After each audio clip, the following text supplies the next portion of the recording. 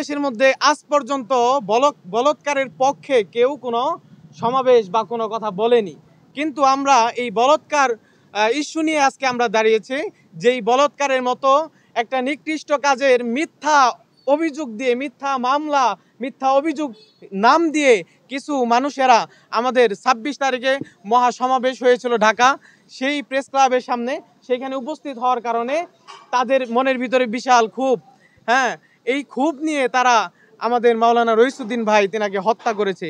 এর নির্মম শাস্তি আমরা দাবি করি। ইমাম হুসাইন ইবনে আলী রাদিয়াল্লাহু তাআলা আনহু তিনাদেরকে যেভাবে কারবালার ময়দানে পানি এক ফোঁটা পানি হয়েছিল, আপনারা সকলেই জানেন, এক ফোঁটা পানির জন্য ইমাম হুসাইন রাদিয়াল্লাহু তাআলা আনহু তিনার কলিজার টুকরা আহলে বায়াত হযরতে আলী আসগর রাদিয়াল্লাহু তাআলা আনহু এক ফোঁটা পানির জন্য তারা কাচ্চাইতে কাচ্চাইতে কারবালার ময়দানে শহীদ হয়ে গিয়েছে।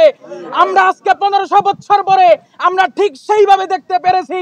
আজকে আমার ভাই শহীদ রইসুদ্দিন সাহেব, তিনিও সেইভাবে, আমরা শহীদ মাওলানা রইসুদ্দিন সাহেবকে আমরা দেখতে পেরেছি পুলিশের গাড়ির উপরে তিনি বসেছিল।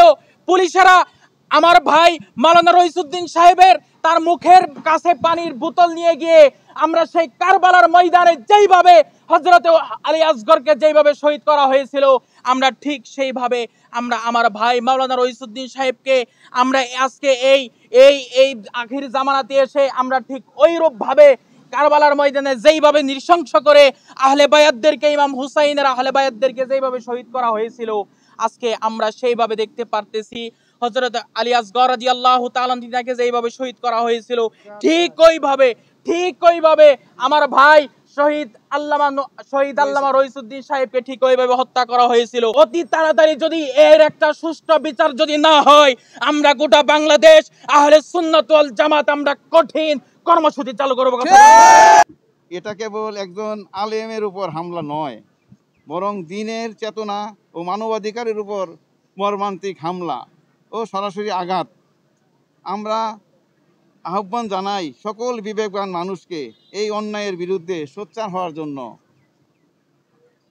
আমি এই বলেই শেষ করব, এই আয়োজনে আজকে শাহ এনায়েতুর রহমতুল্লাহ আলাইহির ভক্ত ও জাকির বিন্দুর পক্ষ থেকে এই আয়োজন করা হয়েছে। আমরা সকলের পক্ষ থেকে, আমরা টাঙ্গাইল দরবার শরীফের পক্ষ থেকে আমরা এর তীব্র জাকির বিন্দু আমরা তীব্র নিন্দা জানাই। আমরা নেসবতে শাহ এনায়েতুর রহমতুল্লাহ আলাইহির পক্ষ থেকেও মহান আল্লাহ তাআলা আমাদের সবাইকে হক ও ইনসাফের পথে অবিচল রাখুক।